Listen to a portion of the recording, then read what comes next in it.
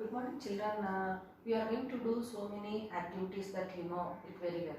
So when a teacher said you to take out the book, so you are going to take out the book of particular subject, whichever teacher is asking you. Then if you are asking something to your friend, or you are writing with a pen, holding pen. So all these type of actions. So they are voluntary actions. Voluntary actions means they are always performed because of the brain. So such type of actions are under the control of a brain. But you know that some of the actions without our notice we will be performing, and they are not under the control of brain, and they are said to be involuntary, and such type of actions are called as a reflex actions. Reflex actions or simply reflexes. Simply they are called as a reflexes. So what do they do? So voluntary actions which are done because of the control of brain, they take some little bit longer time they will take, whereas the involuntary actions which are not under the control of brain are going to be completed in short period of time, very less time they are going to be. So you know that examples like if we prick a thorn, what we will do? So immediately we are going to lift our leg. Then if you see a snake, we are running away from that. Or if you think of food, is it clear to you? So watering of mouth we can observe. So such type of actions are reflex actions or reflexes. The reflexes or reflex actions are going to protect us from dangerous stimuli, and the pathway of reflex actions were not known till the end of 19th century, that how that information was passing. So we learned that spinal cord is going to take part in that reflex actions. So now how that picking up of information from the detector and sending it to the spinal cord, and from the spinal cord the information is analyzed and giving back opposite action to the effector organ. So that one we call it as a reflex arc. Reflex arc. So a single pathway that is going to the spinal, going up to the spinal cord, and going up to spinal cord by the detector and coming back to the effector organ. So that one we call it as a reflex arc. So this reflex arc is said to be the structural and functional unit of reflex actions. So how that we are going to show reflex actions.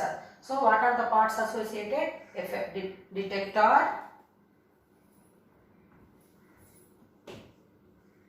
Detector, spinal cord, nerves and effector.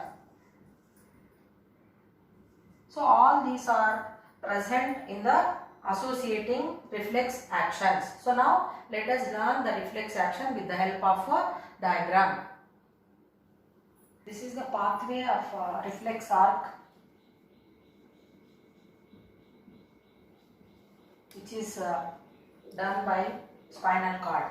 So you can observe clearly.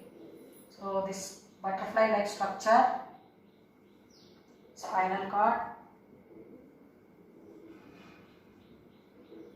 This is a interneuron.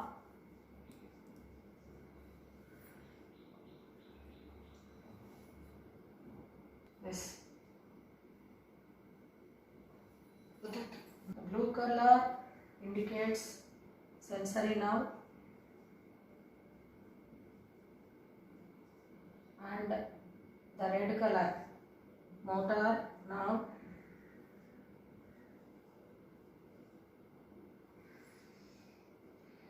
This is a detector and this one effector muscle.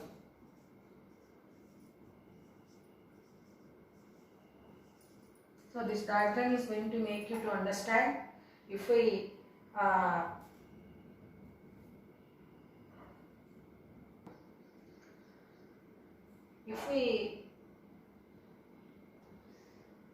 touch a sharp object, what we are going to do immediately without our notice, we withdraw our foot. So that information touching that sharp object to the spinal cord with the help of sensory nerve. Then, so after reaching that spinal cord, that information, this interneuron will analyze and process signals. Then that is passed to the motor nerve, which is going to bring back that opposite action. So then we can able to lift or withdraw our leg from the sharp object. If we touch a sharp object, we withdraw our leg without our notice. So that one is called as reflex action. You know it very well. And what are the parts associated with that? So the detector is going to identify the problem, and that information from the detector is going to be carried to the spinal cord with the help of spinal nerve, and from the spinal nerve it will reach the interneuron, where the information is going to be analyzed, and that information is going to be back carried through the motor nerve, and from the motor nerve it will reach the effector,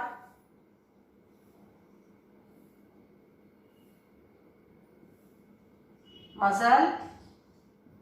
Then only we can able to lift our leg. This is called reflex action. Now let us learn the components of reflex arc and their functions in a tabular form. First, detector. So detector, what work is going to be carried out? So it receives information and generates impulses. Sensory nerve. What is the function of sensory nerve? You know that sensory nerves means which can able to identify the different types of senses. So that helps in carrying information from detector to the interneurons in the spinal cord. Now third component, interneurons.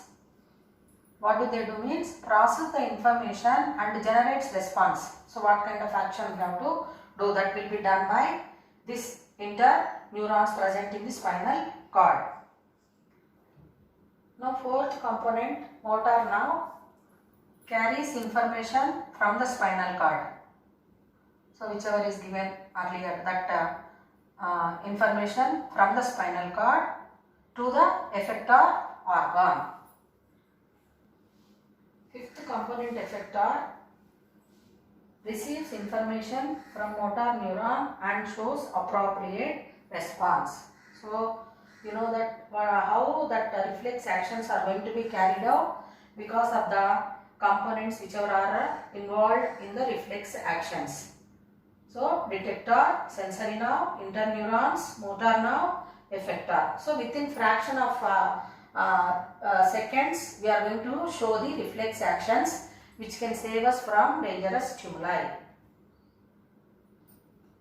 Dear students, make a note of the components of reflex arc and their functions in your classwork. Very important for your exam. So detector, it is going to receive the information and generate impulse. Sensory nerve. So that impulse is going to be carried out to the interneurons in the spinal cord. Then what the interneurons will do? They process the information and generate response, opposite action. Then motor nerve, it is going to carry the information from the spinal cord and it reaches the effector organ. So this effector receives information from the motor neuron and shows appropriate response. So just if we prick the sharp object, so we are going to feel pain, we are going to lift our leg, immediately. So that all how it will be done because of this components.